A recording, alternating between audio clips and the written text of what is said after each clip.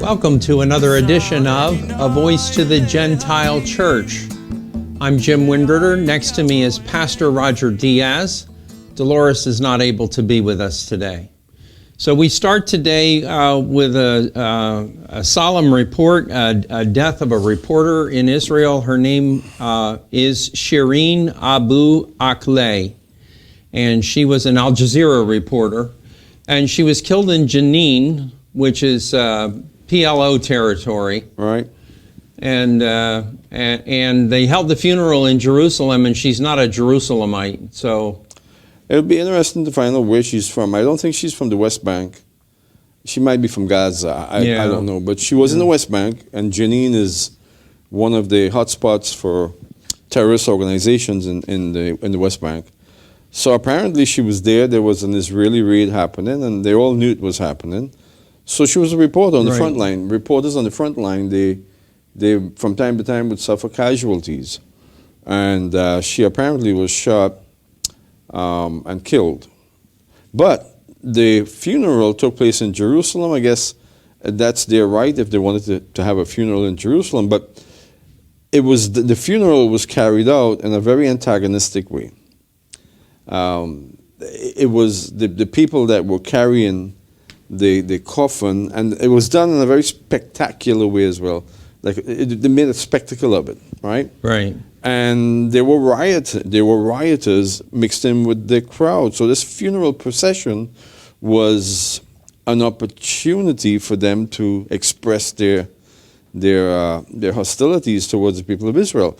And it was done in such a way as to obstruct the normal function of everything that was happening in Jerusalem. So of course, the keepers of the law, the peacekeepers, the Israeli law officers intervened to stop them because they were making a spectacle of this thing and they were using it for their terroristic agenda. And of course, once the Israeli officers intervened, all of the media that was there began to spin the whole story. So you can't convince me that the people that organized that funeral didn't know that would happen. And perhaps they were banking on it happening. Bad press for Israel. Well, yeah. So, we know when that... you just look at the video, it looks awful. It looks staged, right? We know, we've been to Israel, between me and you, perhaps 30 times. And we've seen with our own eyes. We've heard the testimonials. We've interacted with people who have lost their children to terrorists. Terrorism in Israel is a real thing. And the media treats it as if this is not happening in Israel. There's no terrorism in Israel. That there haven't been at least a dozen intifadas in the last 30 years. Right. Well, just because they don't report on it doesn't mean it's not going on. So the world media treats the world like people are just oblivious of reality. And that's what's happening here, because we've seen it with our own eyes where literally things would be staged. We drove through Hebron one time going to Machpelah, and on the way to Machpelah we passed the head of a street, and a chain link fence was thrown across the head of the street, but all around on the sides where you couldn't see from the viewpoint of the camera was wide open. Right.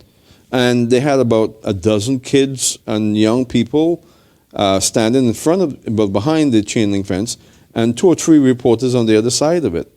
And they were interviewing these kids, and they were looks like the kids are in cage. Right, and they were reveling in the background and so on. But it was all staged because, again, on the side of the streets, the alleyways were wide open. No one was being kept. Right. And we paused and we looked at it, and they're doing it, and it happens all the time. So I am convinced that this incident with the funeral of this young lady, Shireen Abu Akleh, was purposely orchestrated in such a way to become antagonistic to the Jewish authorities in Jerusalem and create the type of atmosphere that they can garner something from. I'm convinced of it. You have to be in Israel, and not just once for a 2-week trip. You have to be in Israel and interact with the actual principals involved in this conflict over there to really understand what's happening. Right.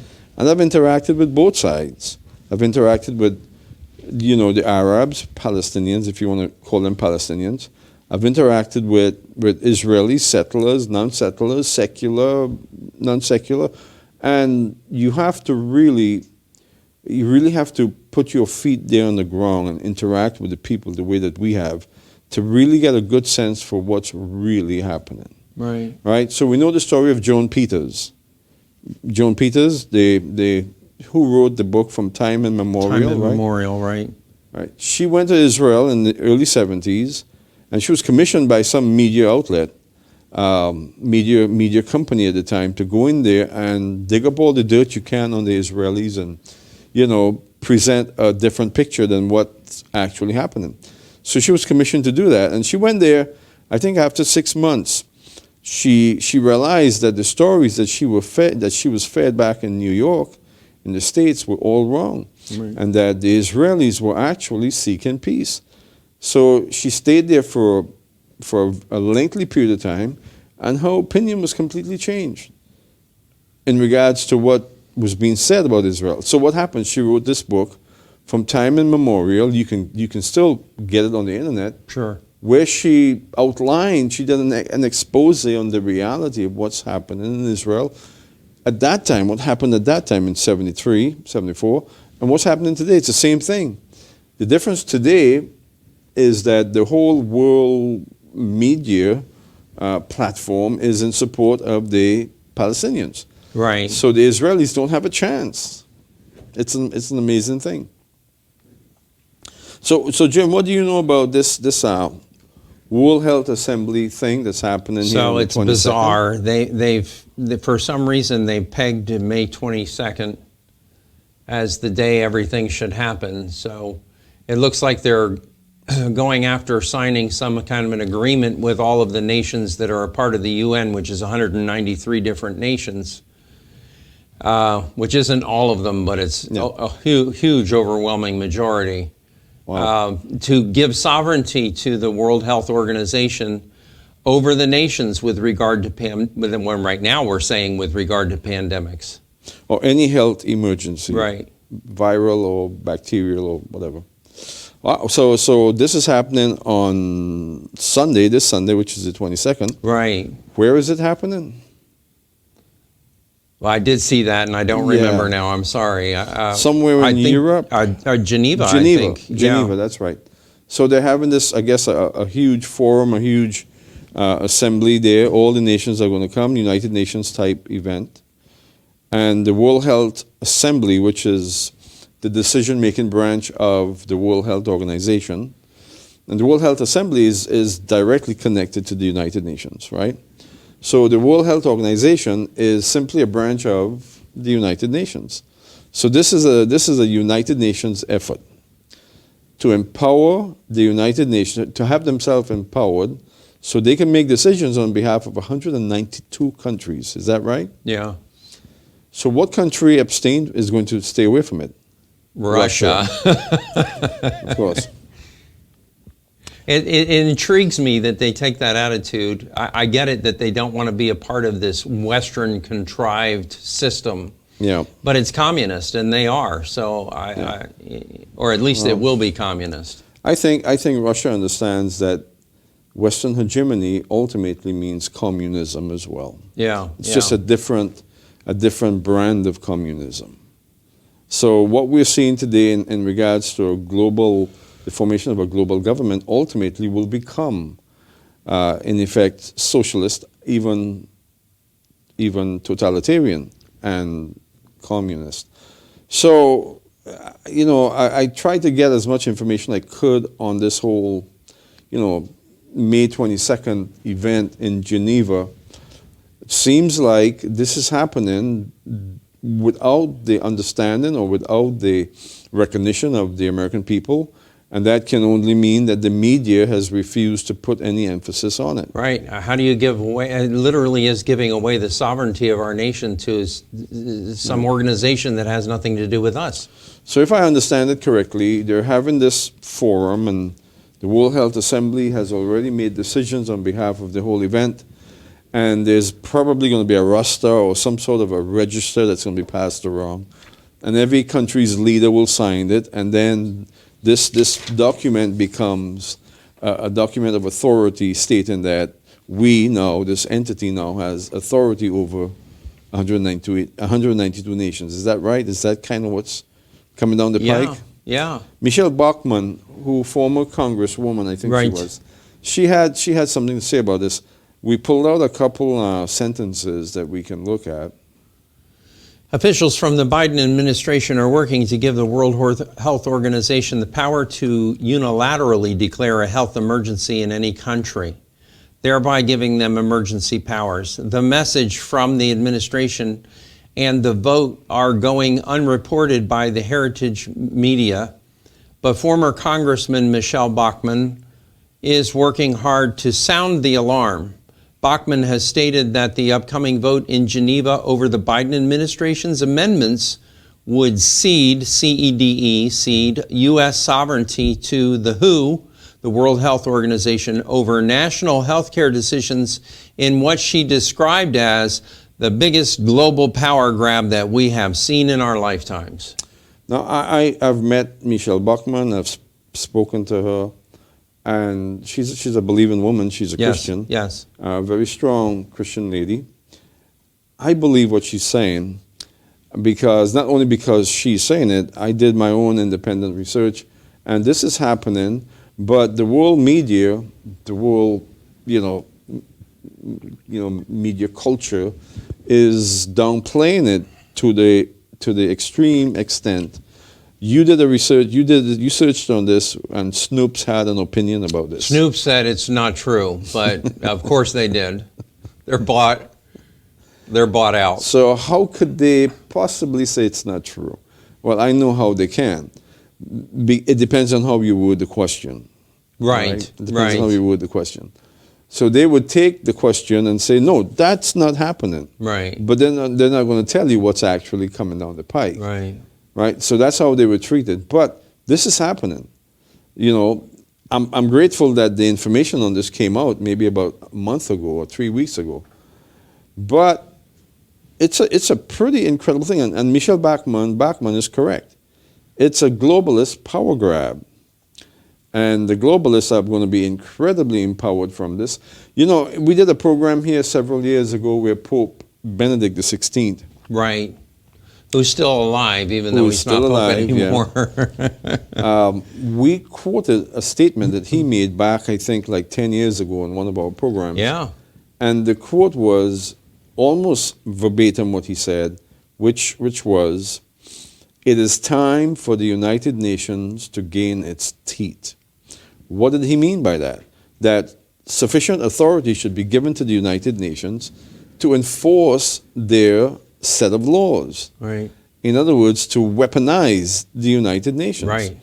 Now, something like this that's being signed and agreed upon by world leaders will certainly give the United Nations the authority to draw weapons.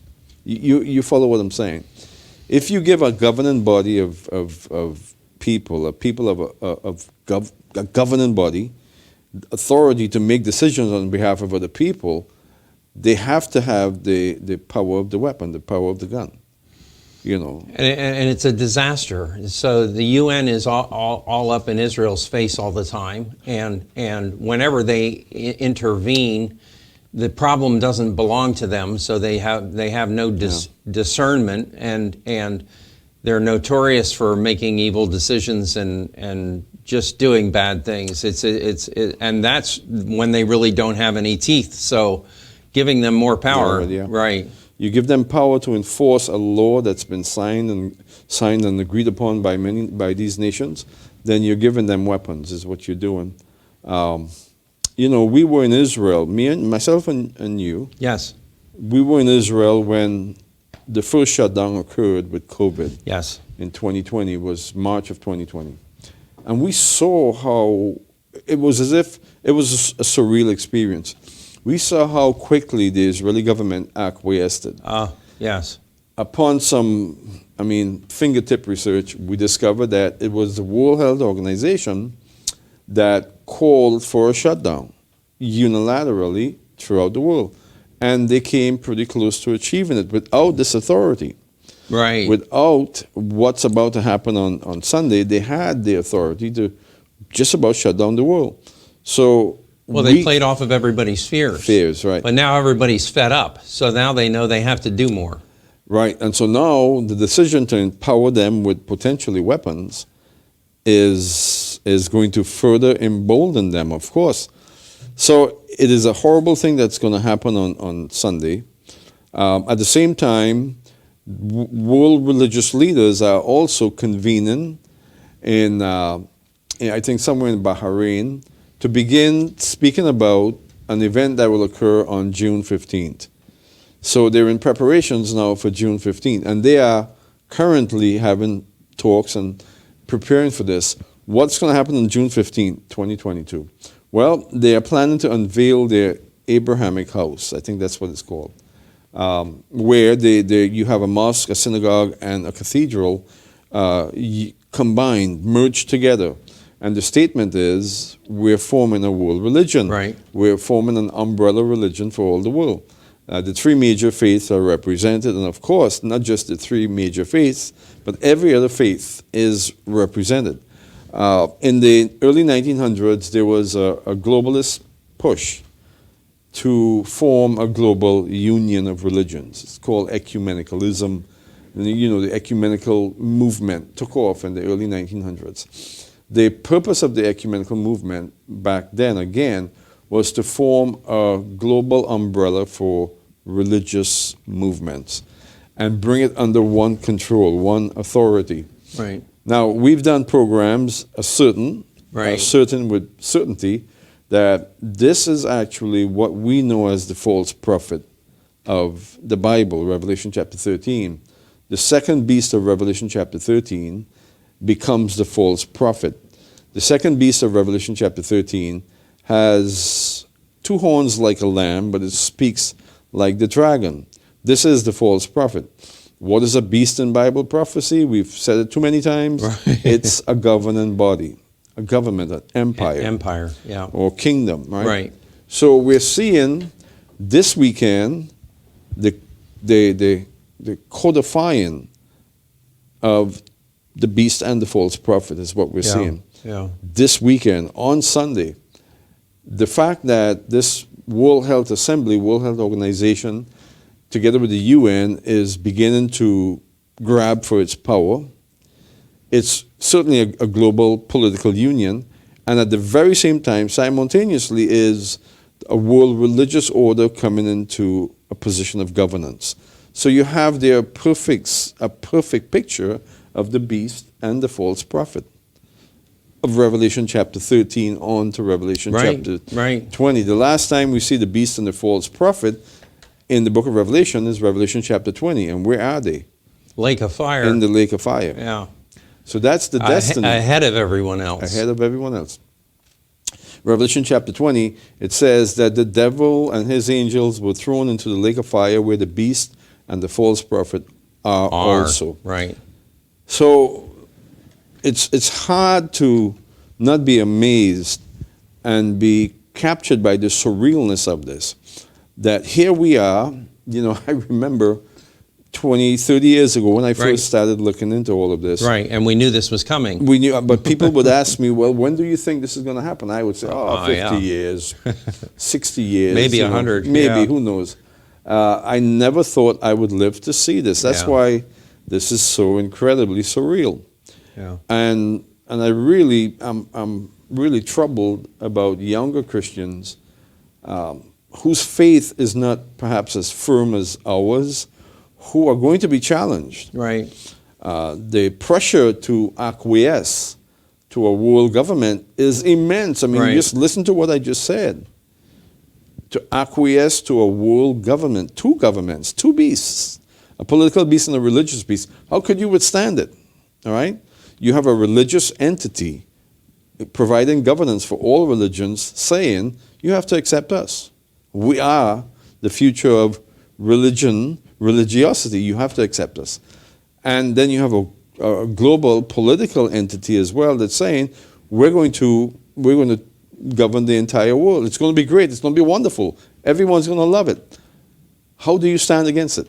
Right. I know what I would do. It's undermined every day. Joe Biden gets up and he says that there's no safe place for hate to hide in America. Yeah. Well, when he makes that statement, he's saying if you disagree with how someone lives, you hate them. Yeah. Well, yeah, things are being set up that way. They have the bully pulpit. And when I said they, I mean the globalists. The media belongs to the globalists, has been since the 1990s. Right, long time. Maybe longer. Turner with Ted Turner and so on. Right. They have the bully pulpit and they use it well. Look at what they've done to Israel. They've beaten Israel into subjugation. Yeah. I mean, the UN, the global media, Israel is acting in a way that's not like Israel.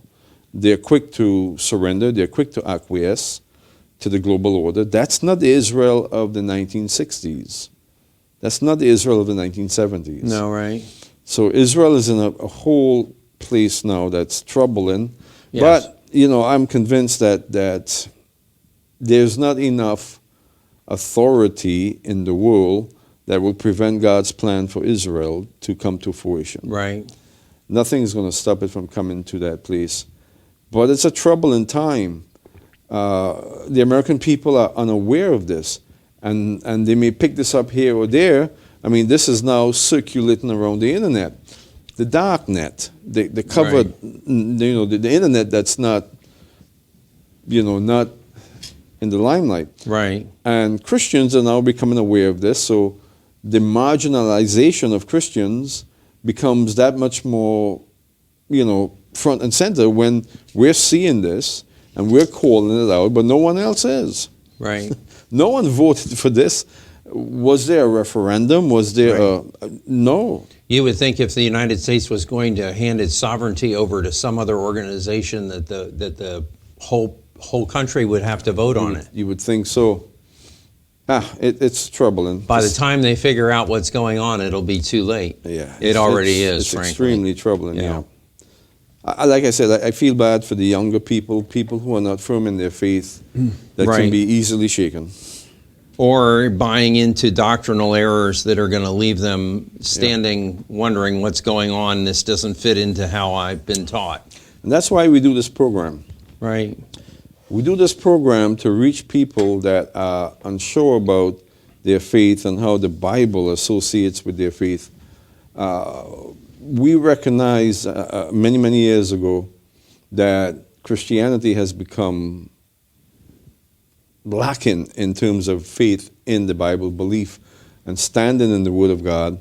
So one of the purposes of this program is to alert Christians to the reality that God is preparing His redemption in the earth, and Israel is a major part of that, and we should be included in what He's doing and not be deceived by what the nations are doing. Right. So we have a question that's relevant. Yes, quite. To what we've been talking about. I remember the tetrads, 4 blood moons. It's tetrads. Tetrads. Oh, we left the sorry. T out. It's Yeah, all right. I did that. I thought something was missing there. Tetrads. The 4 blood moons of 7 years ago, and how so many people got worked up about Bible prophecy being fulfilled, and then nothing happened. Now, there was a super blood moon the other night, and dare I ask if there is any prophetic significance to that event? Yeah, I got this question from a friend of mine who lives in Dallas, and he's very sensitive about these things, and whenever something comes up, he's always texting me, asking me questions. So, good question. It is.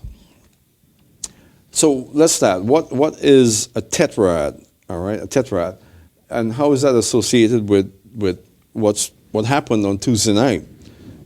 What did we have on Tuesday night? We had what's called a super blood moon.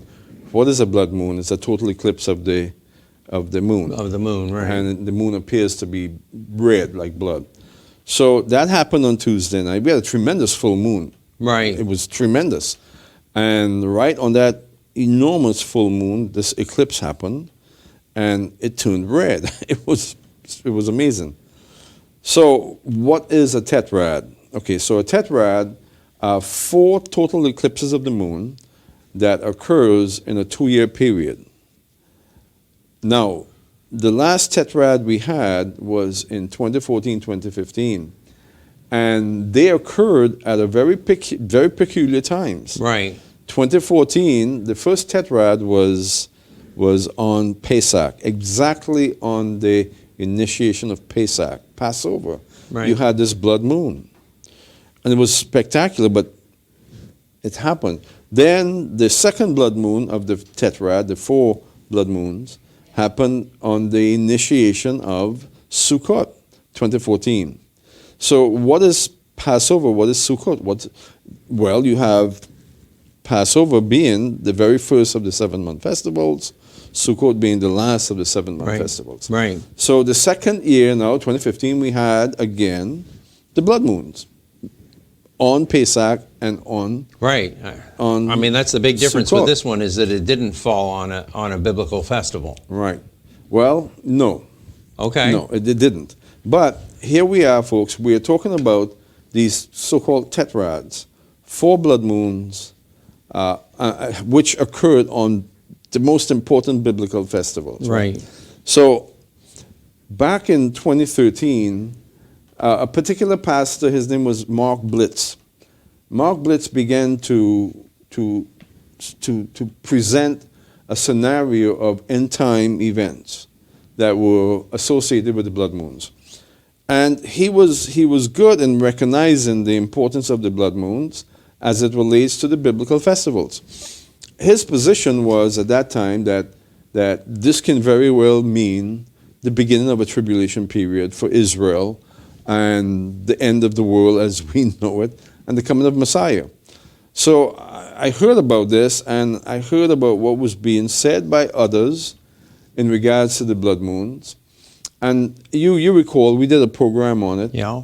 I grappled with it. We did 2 programs on it. Looking back on it, yeah.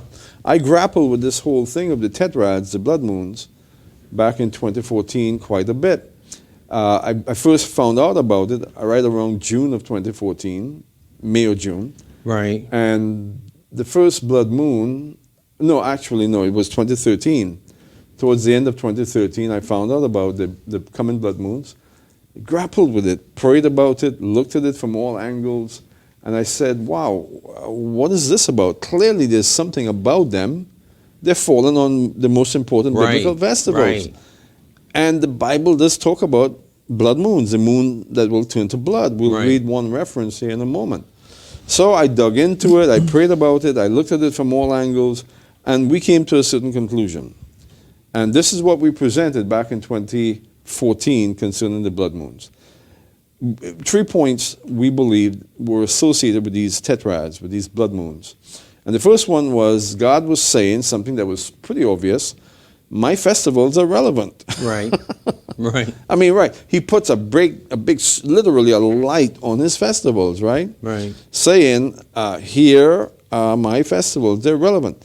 Now, in Genesis chapter 1, it says that God created the sun and the moon for signs.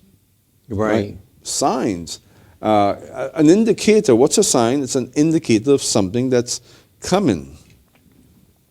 So we had this incredible sign from God. The question was, what is he saying? What's coming? Right. Right. That was the question. What is God saying? What is he pointing to? And again, the first point we came to was that his festivals are relevant. Sure. Why would God have to make such a point? Because much of Christianity are ignorant of his festivals. Right. And not just because they're Jewish festivals or Bible festivals, but because his festivals all point to redemption. Right? Each of them. It's tough because an awful lot of pastors are teaching that they're irrelevant. Yeah, absolutely. You know? Not understanding that there is a profound and powerful prophetic application to God's festivals.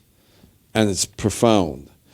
Each of them. We're not going to do that now, but we've done programs where we've talked about each one of these festivals, beginning with Pesach, the first, and then with Sukkot, the last. Right.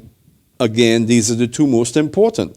Pesach has to do with the price paid for redemption, the blood of the Lamb, and Sukkot has to do with the end of the process of redemption. Right. So this process of 7 festivals deals with the reality of God's completion of his plan of redemption. And he put a giant spotlight right on it in 2014 and 15. So clearly he was saying that my festivals are relevant. The second point was, who was he speaking to? Speaking to the church. So we believed and we declared then that God wants the church to come to terms with his festivals. He wants the church to realize that he's saying something with these festivals. And that was our second point. The third point that we made back then was that we said that God was putting a spotlight on the globalists, on the world order. And he was preparing, he was announcing that with that spotlight, he's preparing judgment. He's preparing to judge them, right? It's sort of like someone who has a pest in his backyard. You want to eliminate the pest, right? And you know you're going to do it, but first you have to put a light on it, right? Identify it. Then you can, right, take care of that pest. God sees the beast and the false prophet of the book of Revelation as a pest. Right. Pest of humanity. And they're certainly preparing to pester humanity, aren't they? Yes. So I think the other point that we made way back in 2014 is that God is saying that he is preparing to bring an end to this global order that we're seeing in the world. But first he had to expose them.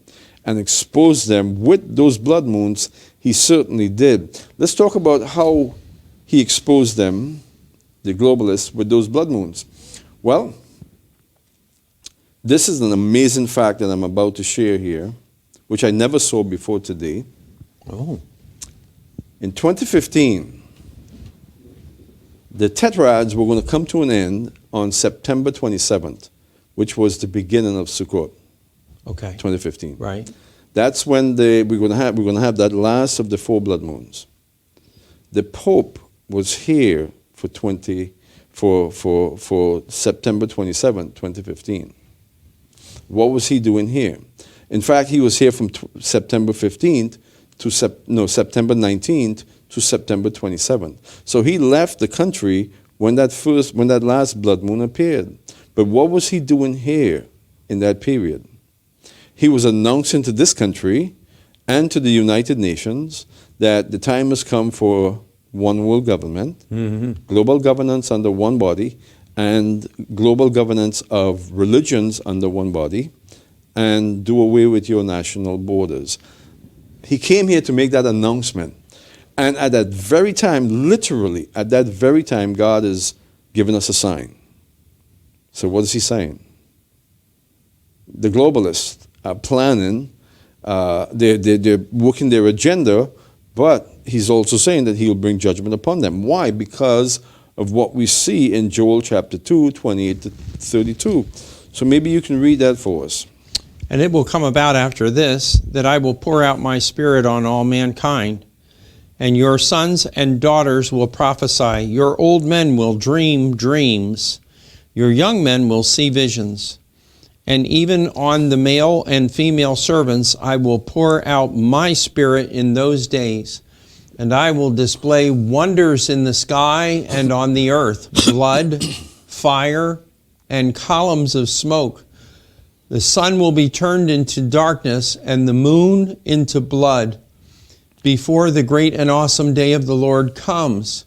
And it will come about that whoever calls on the name of the Lord will be delivered. Or saved, right? Or saved, right. Okay. I prefer the King James in that context.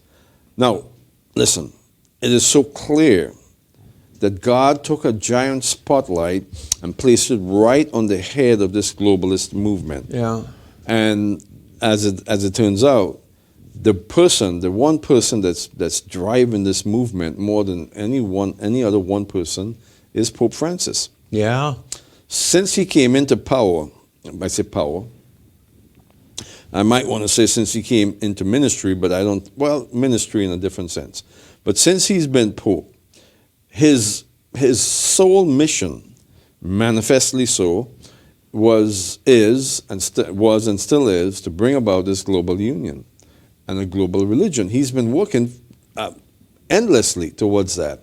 And he is succeeding. he, the people behind him, and the other global entities that are working towards this union, they're succeeding, right? Right. Clearly they are. Look at what's happening on Sunday, the 22nd of this month on Sunday. So they're succeeding. So literally God said, boom, there's a light on the head of this movement. And look at what they're planning. So God spoke clearly in 2014, 2015 with the tetrads. No, I don't believe it signified the Great Tribulation. We're in tribulation.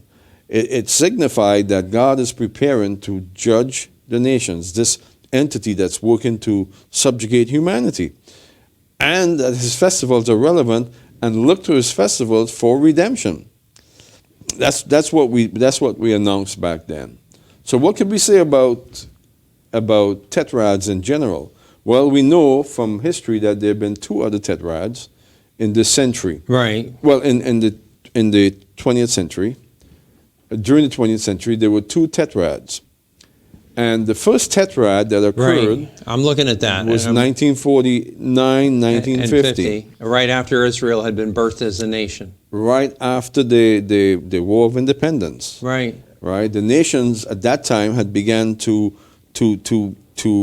conspire as to what to do with Israel. Right. Israel became a nation in 1948. Immediately, the Arab countries confederated and attacked Israel, and they were driven back. They were defeated by Israel. 5 nations. So 1949, 1950 came a tetrad. Same thing, blood moons. 4 blood moons on important, significant events. God is speaking. Right. Right? It didn't come in 1948 when Israel became a nation. Right. Because he's pointing to the nations with the tetrads. Right. He's saying, look at what they're doing. They're coming against my people. Right. They're plotting against my people. Which is the next one, right? Because it's 67, 68. Again, it's right after the 6 Day War. We had another tetrad, 4 blood moons in succession, and on important, significant days, and it happened in 1967 and 68. So it is obvious to me what God is saying. What happened in 1967? The 6 Day War in Israel. The 6 Day War. Following that, the nations became even more enraged about the fact that Israel continues to survive. And the globalists became highly activated following the 6 Day War, and which led to the formation of the Trilateral Commission and all of the other globalist movements that activated during the 1970s came as they responded to what God had done with Israel. So again, you have these important tetrads, these blood moons, that are pointing to the great and awesome day of God, when he will judge the very nations that he's putting that spotlight on. Again, it's like someone who has a pest in his backyard and he's preparing to neutralize that pest, puts a light on it. So these tetrads are all relevant. It's virtually impossible to not see the relevance of them as it relates to what God is doing. So that brings the question, what happened on Tuesday night, last Tuesday night? We had a super blood moon. It wasn't a tetrad, but we had a super blood moon. That particular total eclipse of the moon was the most stunning in comparison to the tetrads we've had. It was a massive super moon that was eclipsed by the sun, and so we ended up with what's called a super blood moon. So what is God saying? Is God saying something about the globalist? Again, the same entity that he has put emphasis on with the other 3 tetrads. Again, you cannot not see how in 2014, 2015, the purpose of one of the purposes of those tetrads were to put a spotlight on the Pope, right? Because he wrapped up ultimate globalist. Yeah, he wrapped up his campaign in the United States on the very day of the final tetrad. So you can't miss that. There's so many people that think that what comes out of his mouth is consistent with what Jesus taught, and not a word of it. Okay, so you pray for those people, but we know what he's doing. And that's why Revelation chapter 13, the second beast has 2 horns like a lamb, but speaks like the dragon. So you don't look at his Christianity, the visuals.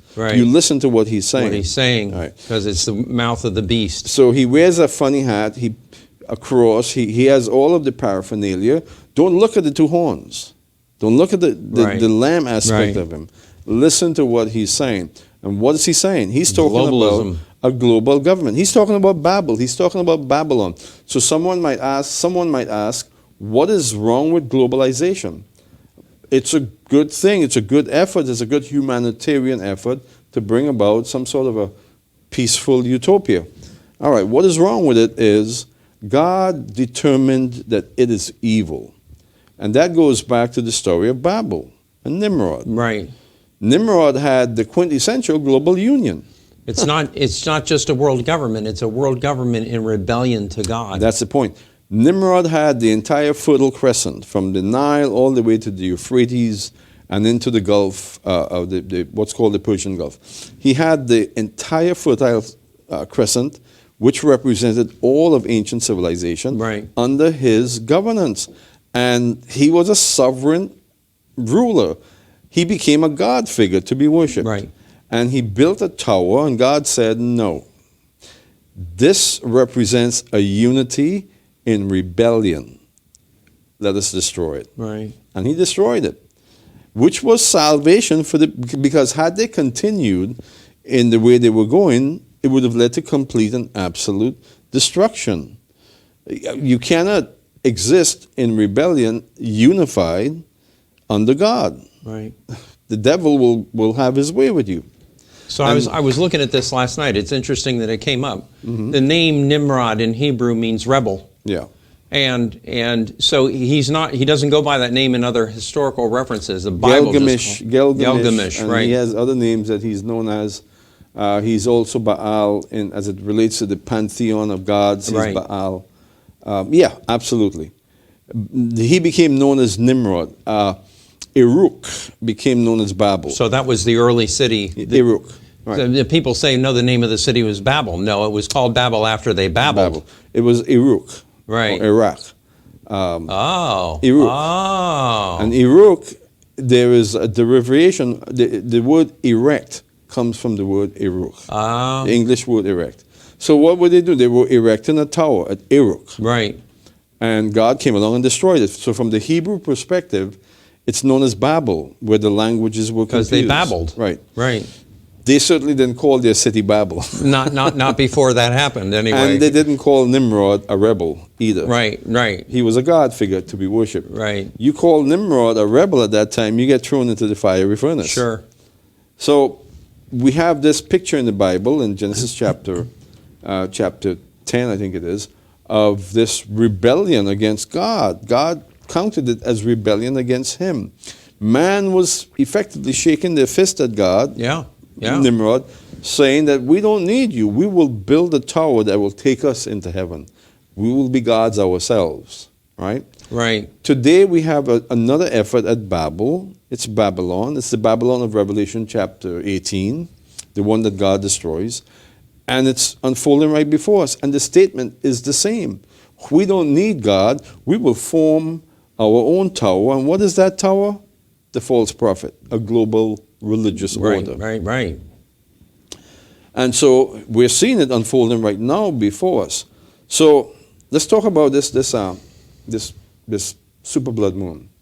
So on the week, the third day of the week that ends the week before the 22nd. The 22nd is a big day for the globalists, right? What's happening on the 22nd again? The first day of next week, Sunday. This effort to bring about government control with authority against all the nations. And they're working on their religious order as well. So the 22nd of May, 2022 is a big day for the globalists. God provided, just days before, a super blood moon. So what is he saying? Again, he's putting the light on the globalists and what they're doing. Our president, elected by 4 or 5 people, our president, who somehow became president, and has the lowest approval rating ever, worse than Donald Trump. Yeah. Our president is preparing to hand over our sovereignty as a nation to an entity that does not have the best in mind for humanity. Right, let alone American citizenry. Well, they see they see the average American as an impediment Right. to progress. We're entitled. Yeah. Yeah. So from our perspective, it's abundantly clear that last super blood moon was again God's spotlight on this pest. He's saying, look at what's happening right before you. Who is he speaking to then, Jim? He's not speaking to the nations. No. He's not speaking to Israel. He's speaking to the church. Okay. He's speaking to Christianity. It's sort of a wake-up call for Christianity. He's saying, this government that I will destroy is forming right before you. You see, I believe that of the 2.5 billion Christians in the world, there are many genuine believers in Messiah who will acquiesce to this governmental system and take its mark. Yeah. I believe it's going to happen. I believe that God wants to avoid it from happening. I believe that God is reaching out to believers, Spirit-filled believers, Bible-believing believers, and saying to them, don't be a part of it. Now, Revelation chapter 18, okay. What comes before Revelation chapter 18? Revelation chapter 17. How does 17 end? We don't need to read it. 17 ends where, we'll read a little bit of 18. 17 ends where the beast and the false prophet, which forms in Revelation chapter 13, which is what's happening this coming weekend, the beast and the false prophet destroys global economics. The harlot.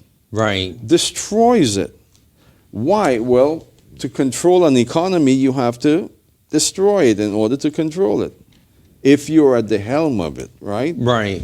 So we see there in Revelation chapter 17 that they destroy global commerce, and in Revelation chapter 18, a word goes out, and the word that goes out is, come out of her, Babylon the Great has fallen. So if you read in Revelation chapter 19, I think verses 1 to 4. After these things I heard, as it were, a loud voice of a great multitude in heaven saying, Hallelujah! Salvation and glory and power. Is that 19? That's 19. Could you read 18 for me? I'm sorry. Sure. Beginning of 18? Yeah. And let me give you the exact reference that would be useful at this time. 1 to 5, 18. After these things I saw another angel coming down from heaven, having great authority, and the earth was illumined with his glory. And he cried out with a mighty voice, saying, Fallen, fallen is Babylon the Great, and she has become a dwelling place of demons and a prison of every unclean spirit, and a prison of every unclean and hateful bird. For all the nations have drunk of the wine of the passion of her immorality, and the kings of the earth have committed acts of immorality with her, and the merchants of the earth have become rich by the wealth of her sensuality. And I heard another voice from heaven saying, Come out of her, my people, that you may not participate in her sins, and that you may not receive of her plagues, for her sins have piled up as high as heaven, and God has remembered her iniquities. This is the pest that we're talking about. Yeah. God has a backyard, and he has a pest in that backyard. He's shining his light on that pest, but for what purpose? Not just to bring judgment against it, but to say to the dwellers in this house, this is a pest. Mm-hmm. In other words, he's saying, don't partake in its destruction. Don't be a part of it. And I believe that many Christians are oblivious to what's happening right under our noses. How many people in the Christian landscape are talking about this right now? I mean, we're a little ahead of the curve right now, right? So we're like 5 days ahead of this event on Sunday, or 4 days ahead of the event on Sunday. Okay, so we're one little voice. Right. And we might get about 50 hits with this program. Right. But how many people that possess massive platforms in the Christian landscape will totally ignore what's happening? The media is not covering it, and so in their sight, it's not important. Well, that statement there is indicative of the fact that we're far gone. We're too far gone. Yeah. If we as Christians, we depend upon the media for our direction, for what we should emphasize on, we're in big trouble. Yeah. I mean, we're in big trouble. No, I think it's clear what God is saying with the past super blood moon. He's saying, keep your eye on the globalists, Christian believers. Those in my son Yeshua. Look at what they're doing and don't be a part of it. Right. Come out of her. So in Revelation chapter 17 is that incredible event that we talked about when the beast and the false prophet will finally destroy the harlot. But at the end of that passage there, Jim, maybe we can just touch on that. 15 to 18 of 17. We're going to see something there that's remarkable and that's actually quite incredible and lends itself very well to what we're saying right here about God having a pest in his backyard. So let's read here 17, 15 to 18. And he said to me, the waters which you saw where the harlot sits are peoples and multitudes and nations and tongues. And the 10 horns which you saw and the beast, these will hate the harlot and will make her desolate and naked and will eat her flesh and will burn her up with fire. Hold there for a second. Now, we didn't talk about this in this program, but we've talked about it in at least 3 or 4 other programs. Sure. The 10 heads of this world government, right? What's that about? 10 heads. Daniel talks about those 10 heads of the great beast. John talks about the 10 heads of the beast of Revelation 13. We've come to realize only in the past 2 years, when I say we, I mean people in general, I've known about this, we've known about this, that the Club of Rome, which has been active since the dissolving of the Illuminati dissolved in 1760. Long time ago. 74 or something. But coming away from that, from the disbandment of the Illuminati came the Club of Rome, right? So the talk of the Club of Rome has always been in the realm of conspiracy, right? Right. Well, about 2 years ago, a certain globalist by the name of Klaus Schwarz, I don't even know how to say his name, Klaus Schwarz, you're German, you can pronounce it. I'm not sure. Schwab. Yeah. Schwab. I had to think about that. Like He's an investment firm.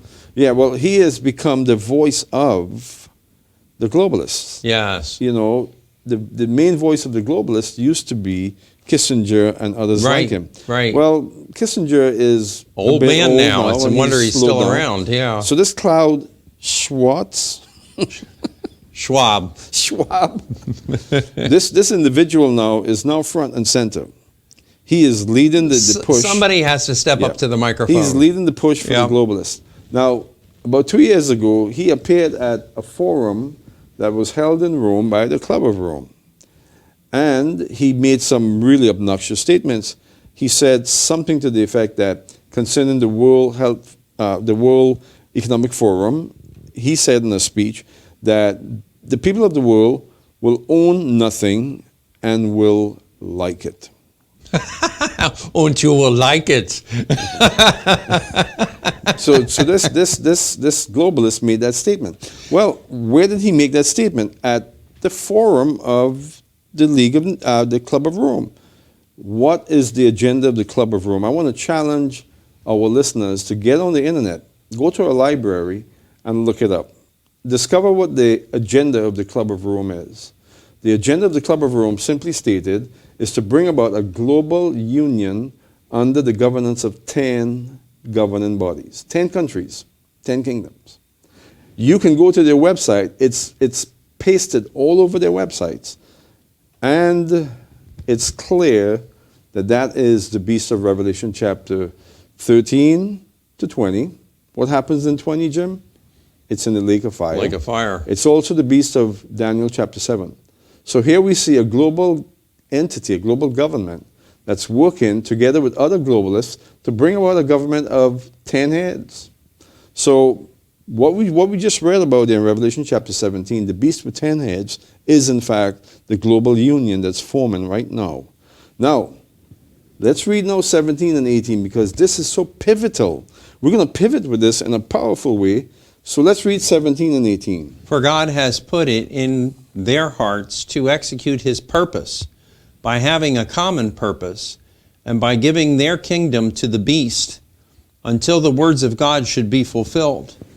And the woman whom you saw is the great city which reigns over the kings of the earth. Right. So God, he is the one that put it in the heart of the beast and the false prophet to destroy the global economic system, the harlot.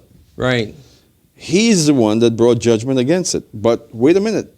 In doing so, he's also preparing to bring judgment against the beast and the false prophet. Right? Right. That's what's happening here. But the important thing for us to realize here is that God is calling for us.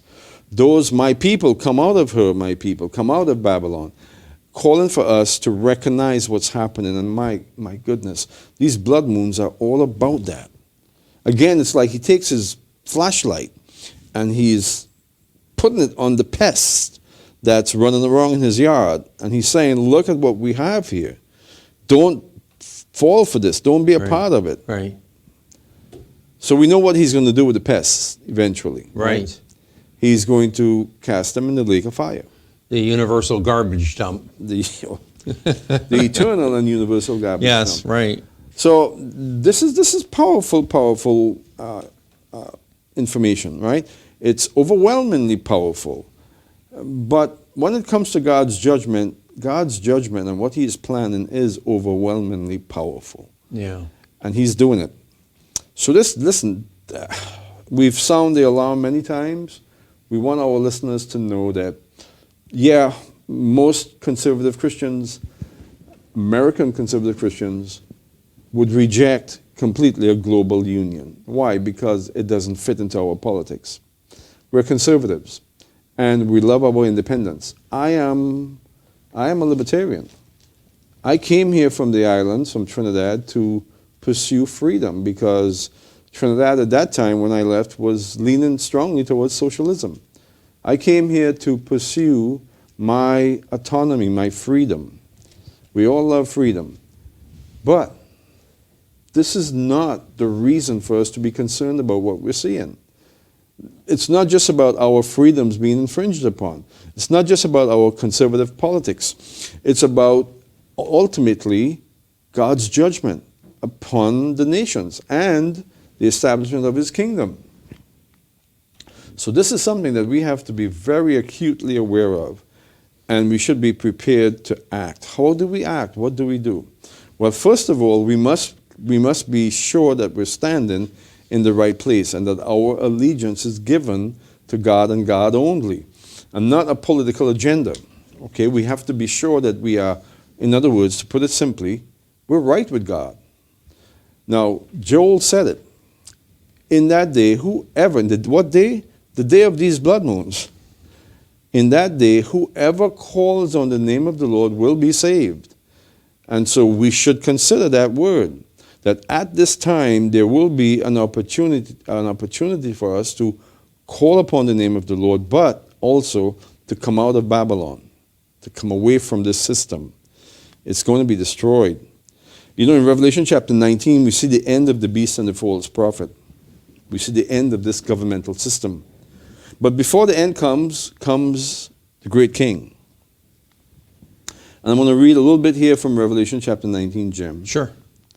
Now, Revelation chapter 19 follows 18. Which follows 17.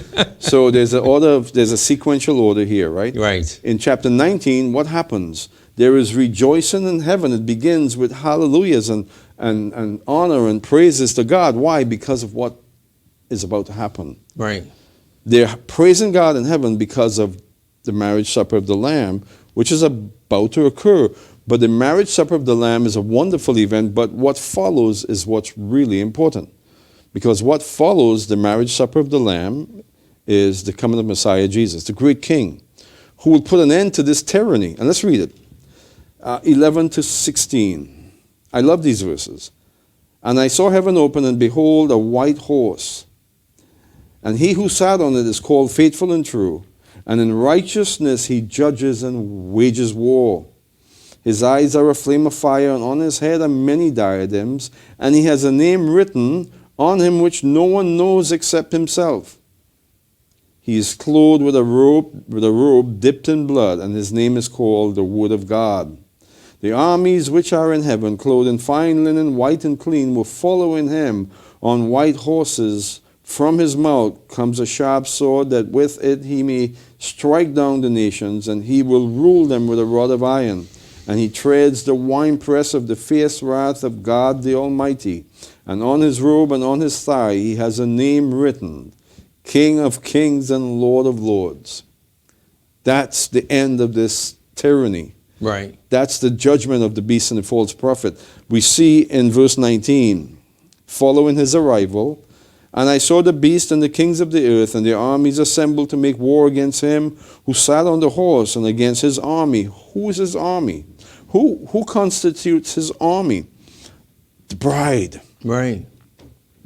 We were given white robes because of our righteous acts, right? Acts of faith. Right. We're given white robes, and we're coming with him on white horses. He's coming with his wife. Right. He's coming with his bride. Right.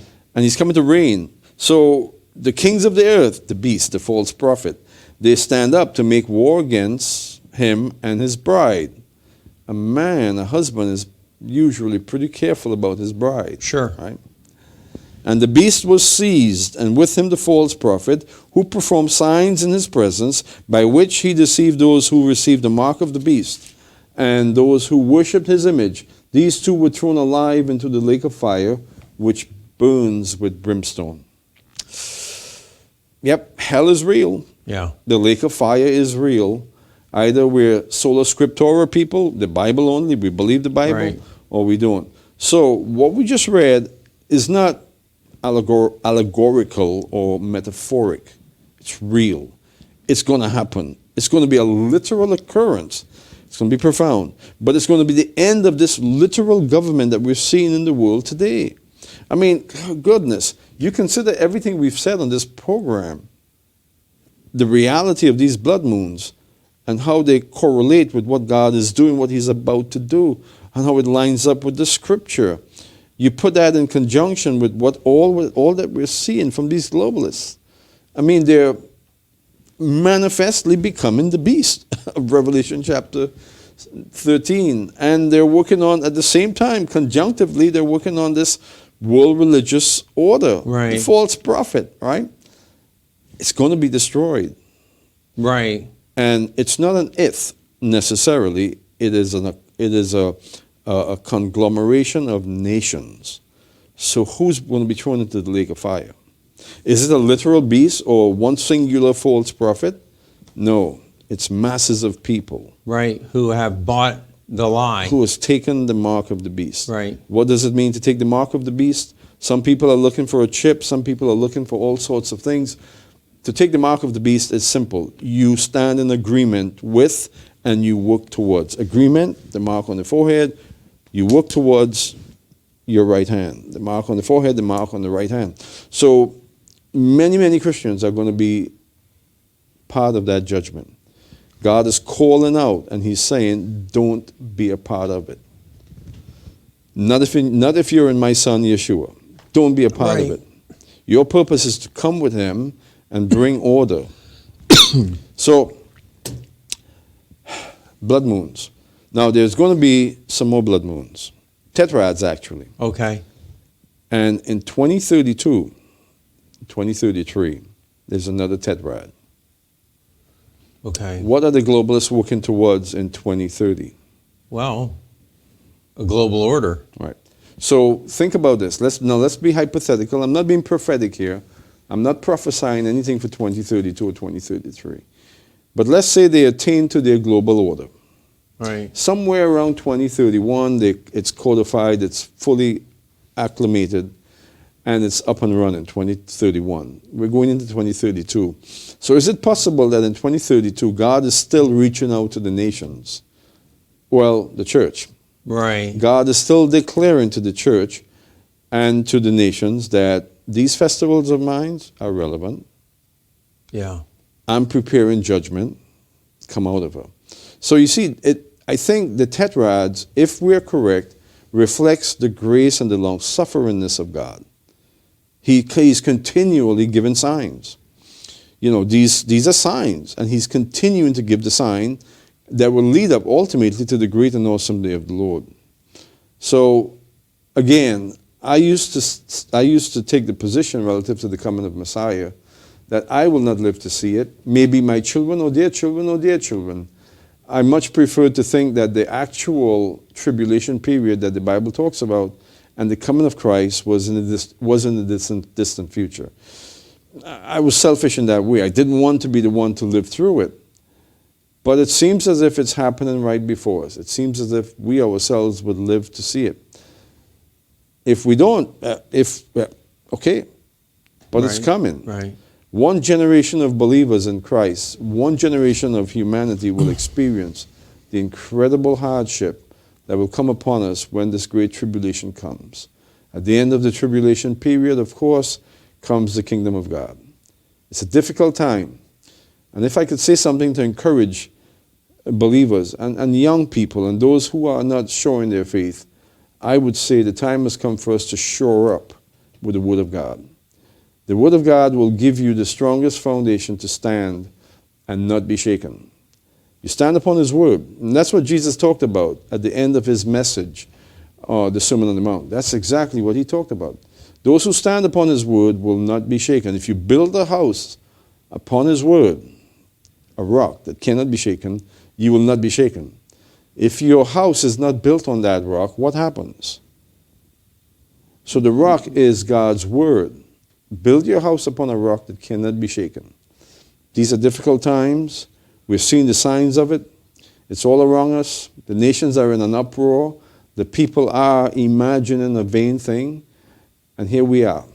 We are the ones who have recognized the Son, Yeshua, but we are to proclaim Yeshua as well, in the sense that He is preparing to establish His kingdom. We're not necessarily sending a word out to Israel or the nations necessarily. If they receive a word from what we're saying, wonderful. But we're speaking to believers. That's the name of this, that's the purpose of this program. It is a voice to the Gentile church. So we're saying to the Gentile church, come out of Babylon. It's about to get sketchy.